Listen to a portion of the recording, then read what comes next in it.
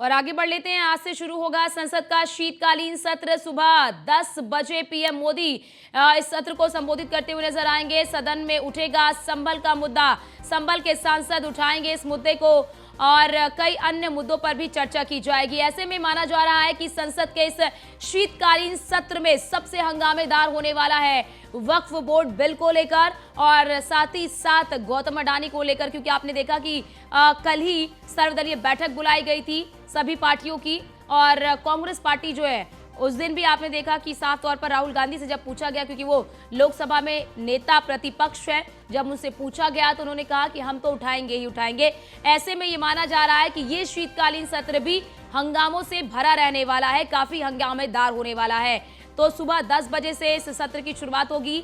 सदन में संभल का मुद्दा उठेगा। संभल के जो सांसद हैं जियाउर रहमान बर्क, वो इस मुद्दे को संसद में उठाते हुए नजर आएंगे। इसके साथ ही कई अन्य मुद्दे भी हैं जिन मुद्दों को संसद में उठाया जाएगा चर्चा के लिए। सबसे महत्वपूर्ण बात अगर हम कर ले तो सबसे महत्वपूर्ण बात है, सबसे महत्वपूर्ण जो चीज़ है वन नेशन वन इलेक्शन को लेकर भी चर्चा हो सकती है और साथ ही साथ वक्फ बोर्ड को लेकर जो बिल लाया गया है फिलहाल जो जेपीसी के पास है, जो जेपीसी को भेज दिया गया था चर्चा के लिए, अब माना जा रहा है कि इस शीतकालीन सत्र में उसे पेश करने की तैयारी सरकार की ओर से होगी, लेकिन उस पर भी हंगामे के आसार नजर आ रहा है, क्योंकि कई विपक्षी पार्टियों ने इस बिल का विरोध किया था और विरोध के वजह से ही इस बिल को जेपीसी के पास भेजा गया है और अब ये माना जा रहा है कि इस बिल को लेकर भी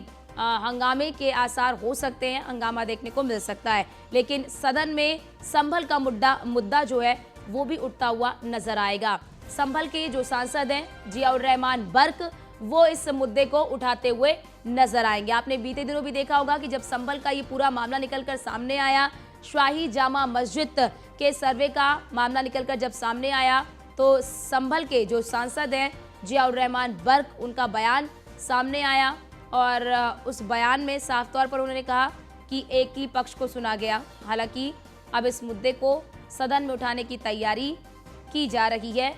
संभल के जो सांसद हैं वो इस मुद्दे को संसद में उठा सकते हैं।